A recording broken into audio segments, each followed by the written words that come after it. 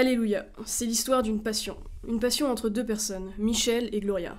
Cette histoire commence dans un restaurant, continue dans une cage d'escalier, s'intensifie dans un couloir et se transforme en réelle boucherie.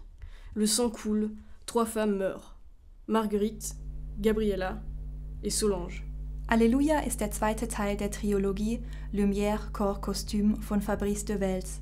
Bereits 2004 hat der belgische Regisseur mit dem ersten Teil Calvaire die Kinoleinwand zum Zerreißen gespannt und in Blut getränkt. In Alléluia erzählt er nun, basierend auf einer wahren Begebenheit, von der wahnsinnigen Leidenschaft zwischen Gloria und Michel, dargestellt von Laurent Lucas und Lola Duenas. De Wels entwickelt erneut ein Lichtspiel menschlicher Körper im zweischneidigen Gewand von Horror- und Liebesfilm. Glorias und Michels Beziehung basiert auf dem Prinzip der Ménage à trois, ein heimliches Arrangement zwischen den beiden, von dem ihre Gespielinnen nichts ahnen. Die Pragmatik, mit der Gloria und Michel ihr Beziehungsgeflecht ausleben, nimmt dabei eine existenzialistische Dramatik an. Beide kompensieren ihr Trauma sexueller Vergewaltigung und emotionaler Einsamkeit.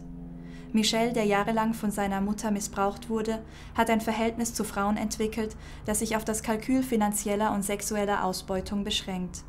Gloria wiederum hat lediglich Kontakt zu den leblosen Körpern des Leichenschauhauses, in dem sie arbeitet. Erst miteinander finden die beiden die Erfüllung einer geradezu heiligen Zwischenmenschlichkeit. Je größer die gegenseitige Abhängigkeit wird, desto mehr wird jedoch die Dritte im Bunde zur Bedrohung für die fragile Logik ihrer Beziehung, bis dass der Tod die beiden erneut verbindet. Ce qu'il y a d'intéressant dans ce film, c'est la part de sacré dans la relation que vivent Michel et Gloria. On observe une sacralisation progressive de leur amour. Il y a les rites de Michel, la retrouvaille dans le club portant le nom de Face, le mariage improvisé, le nom des personnages et bien sûr le nom du film, Alléluia. L'Alléluia est un chant religieux, un chant à la gloire de Dieu, un chant pour louer Dieu. Et dans ce film, on chante aussi. Ou plutôt, Gloria chante. Mais pas ce chant-là. Non. Elle chante un chant à la gloire de son histoire d'amour sombre avec Michel. Histoire si spéciale que toute personne qui n'a pas été torturée par amour ne peut comprendre.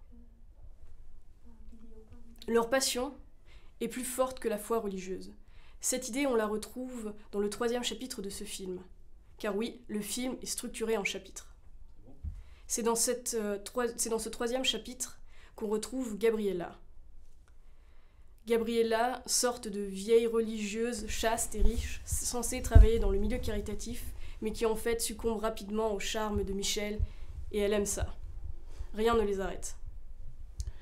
Comédie, sang, sexe, drame, passion, tout se mêle et s'enchaîne avec une logique imparable. Rongée par la jalousie, Gloria ne se retient jamais de faire ce qui lui plaît et élimine une à une toutes ses rivales. On oublie l'invraisemblance des situations, puisque finalement une passion si extrême justifie tout. Les codes de la relation amoureuse sont respectés. Premier rendez-vous, premier temps de relation fusionnelle, première dispute, balade romantique, mariage, adultère, jalousie. Les séquences d'amour entre les deux, dans des lumières rouges, bleues, sont volontairement magiques, presque fantastiques. Le mariage est idyllique, la musique est aérienne, la lumière est douce, chaude. Ces séquences font, pour ainsi dire, passer la pilule des meurtres sanglants.